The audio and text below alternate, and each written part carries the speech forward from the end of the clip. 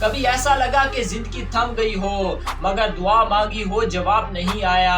آپ نے سوچا شاید اللہ تعالیٰ ناراض ہو مگر حقیقت اس کے بالکل برعکس ہے۔ اللہ تعالیٰ جس دل کو چن لیتا ہے دراصل وہ اس دل کو آزماتا ہے کیونکہ وہ اس سے محبت کرتا ہے۔ اللہ تعالیٰ نے قرآن مجید کی سورۃ البقرہ کی آیات نمبر 155 میں ارشاد فرمایا، جس کا مفہوم ہے ہم ضرور آزمائیں گے تمہیں، کچھ خوف کے ساتھ، کچھ بھوک کے ساتھ، کچھ مال و دولت کے ساتھ، کچھ جان کے ساتھ اور کچھ پھلوں کی کمی کے ساتھ، اور صبر کرنے والوں کو خوشخبری دے دو۔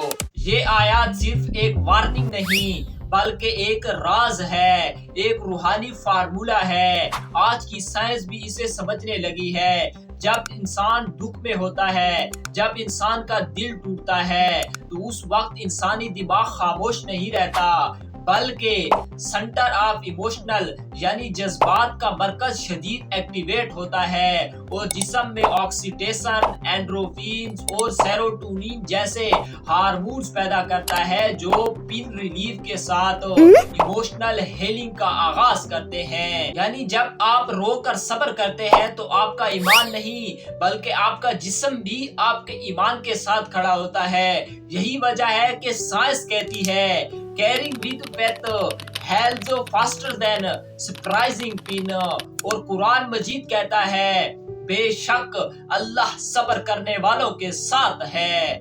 اللہ کی محبت کبھی آسان راستوں سے نہیں گزرتی بلکہ وہ اپنے محبوب بندوں کو آزماتا ہے تاکہ وہ مضبوط ہو جائیں، اور اللہ تعالیٰ چاہتا ہے کہ تم اتنے مضبوط ہو جاؤ کہ اپنے درد سے بڑھ جاؤ، اپنے خوف سے اوپر اٹھ جاؤ اور اس درجے تک پہنچ جاؤ جہاں دعا اور صبر ایک ہو جائیں۔ سائنس کہتی ہے pain reverse the brain for growth, اور قرآن مجید کہتا ہے بے شک مشکل کے ساتھ آسانی ہے۔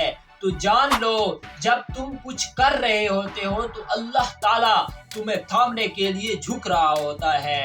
کبھی کبھی درد وہ دروازہ ہوتا ہے جس سے اللہ تعالیٰ تمہیں اپنی محبت دکھاتا ہے۔ جب تم صبر کرتے ہو تو اللہ تعالیٰ تمہارے لیے وہ سکون لکھ دیتا ہے جو دنیا کے کسی ڈاکٹر کے پاس نہیں، جو دنیا کے کسی دوا میں نہیں، نہ دنیا کے کسی حکیم کے پاس نہیں۔ اور تم جب صبر کرتے ہو تو صبر تمہیں ٹوٹ کر مکمل بنا دیتا ہے۔ صبر وہ دریا ہے جو دل کے زخموں کو بہا لے جاتا ہے، اور دعا وہ چراغ ہے جو اندھیروں کو روشنی دیتی ہے۔ اللہ جب آزماتا ہے تو دراصل وہ چنتا ہے، جس کو وہ چن لیتا ہے تو وہ اس کو بار بار آزماتا ہے کیونکہ وہ تمہیں درد دے کر اپنے قریب لاتا ہے۔